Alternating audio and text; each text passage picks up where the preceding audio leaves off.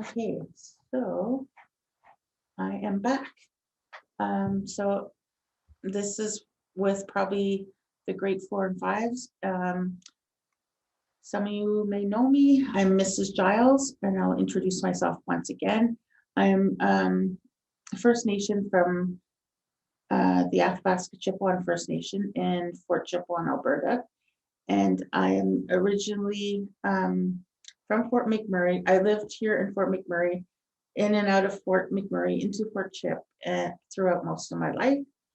And now I'm working at the public schools. I'm the Indigenous support worker. So today I'm going to be reading this book, and it's called Fishing with Grandma. And it's a pretty neat story.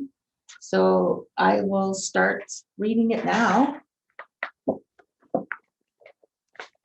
And hopefully we have a lot of people on here so that you can enjoy the story.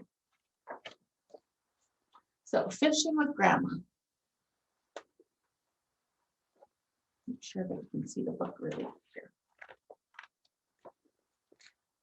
Okay, so Agila and I ran up to Grandma's house. We could see through the frosty window, sitting on the floor with a large sealskin in her lap. My sister and I were excited for a visit with our favorite elder, and we were hoping to convince her to take us out for an adventure. Hello, kids. It's so nice to see you, Grandma said as we ran through the door. Hi, Grandma, we said. The house smelled of fresh bannock, and we could hear upbeat fiddle music playing on the radio. Grandma's just sitting there. Once inside, I grabbed some string that was laying on the coffee table, and Gila and I played string games as Grandma sewed. Grandma, I said after a few minutes, we would love to go on an adventure with you today. That sounds like fun, Grandma replied. What were you thinking? I saw that Gila had made a fish with her string. How about jigging for fish? I suggested. Auntie, let's go, Grandma cried. She was always happy to get outside and show us new things.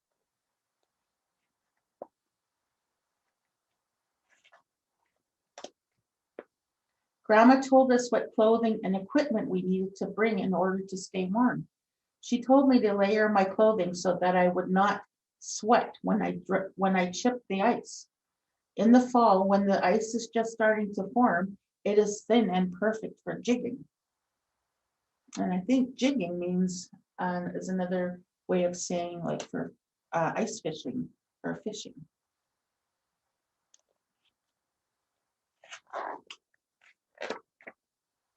Gila and I ran home and picked up all our clothes we would need for the day. A trip to the lake, aren't you kids lucky? Mom exclaimed. Grandma prepared snacks and thermos, and we worked together to get all the equipment from the shed and loaded it onto the ATV. We put on our helmets and set off.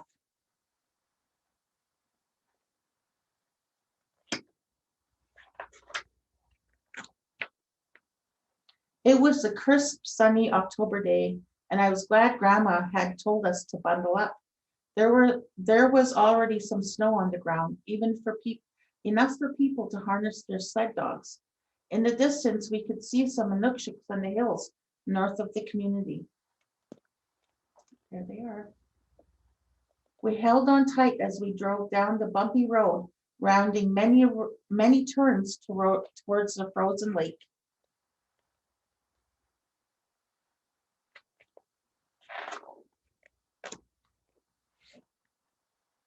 As we approached the ice, we could see it was very smooth and flat. There were already people jigging all across the lake. Grandma parked the ATV on the shoreline, and Gila hopped off and excitedly ran around in the snow.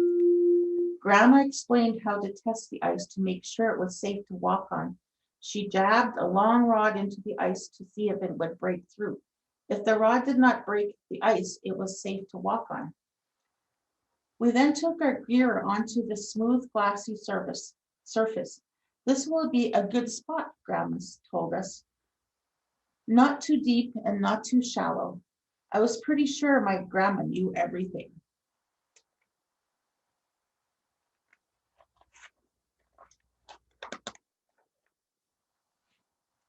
This is a tuck, Grandma explained, holding up a long wooden tool with a sharp chisel blade at the end. It is used to make a hole in the ice. Lift it up and thrust it into the ice, slowly chipping away the ice to make a hole. It's probably a lot of work. Grandma demonstrated a few times before handing the tug to me. I happily grabbed hold and began chipping. Wow, this is hard work, I said, as I continued to work. Grandma scooped away the ice chips from the hole using an ice skimmer.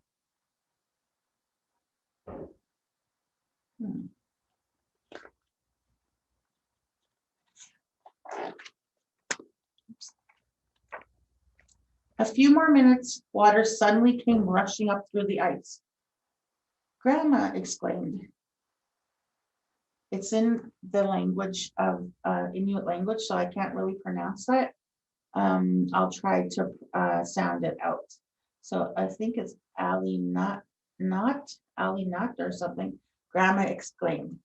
One hole down, two more to go. When the holes were finished, Grandma showed us how to prepare our fishing lines to jig. The fish like flashy colors, said Grandma, so we should always use brightly colored lures. My favorite lures are with red on them.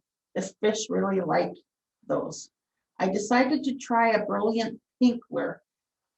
Uncoil your line into the hole, Grandma told us, until it is just above the lake bottom, about 10 feet down. We followed Grandma's instructions, lowering our lines into the water. We were finally ready to start jigging.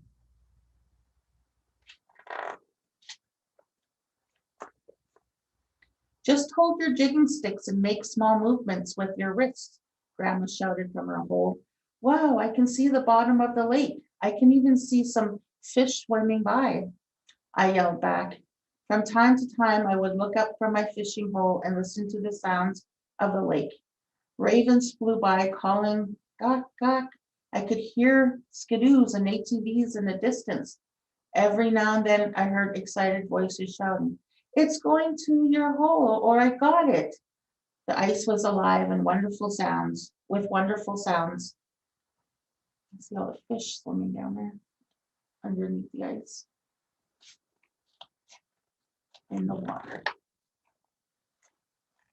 After laying at the hole for a while, focusing on my line, I suddenly felt a small bite. A fish! I've got a fish! I yelled. Elanit, Grandma called back excitedly. Pull up the line as fast as you can so that you hook it. Grandma came over to the hole and showed me how to bop the fish on the head to stop it from squirming. Gila eagerly watched. We continued to jig for the rest of the day, only taking a break to have tea and some yummy bannock. We ended up catching a lot of Arctic char for too many for our family to eat.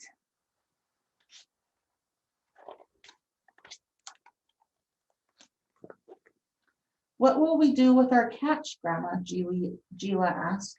There are many people who are not able to come out to the lakes. We will deliver fish to them, she replied.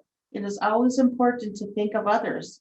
At the end of the day, when we walk back in town, we made deliveries, stopping at the homes of many elders to share our fish. And that's so important because that's what we do in our communities as well. We share a lot of our food.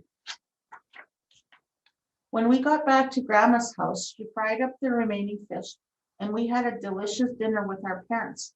I felt so proud and also very tired from our great adventure with Grandma. Before we went home, Grandma gave us each a big hug. It is important to learn traditional skills and to know how to be prepared. Knowing what to bring, where to go, and what to do will help you to always have successful trips, she said with a smile.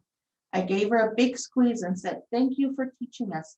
I can't wait for our next adventure.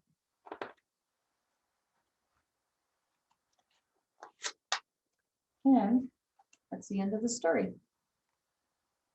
So it says here, Inuit fishing tools. So fishing line and jigging stick, a very simple fishing rod made out of wood and fishing line. Sometimes recycled hockey sticks are used as jigging sticks. Number 2, ice skimmer. It's a hand tool used to scoop floating ice chips out of the fishing hole. And it tells you how to pronounce and it's called a took. A chisel used to break through the ice. And then an ice probe, a metal rod used to check the thickness of thin ice. So there you go. That's our story. And once again, it's called Fishing with Grandma. And it's a very wonderful book, and the illustration in it is wonderful. So thank you for having me.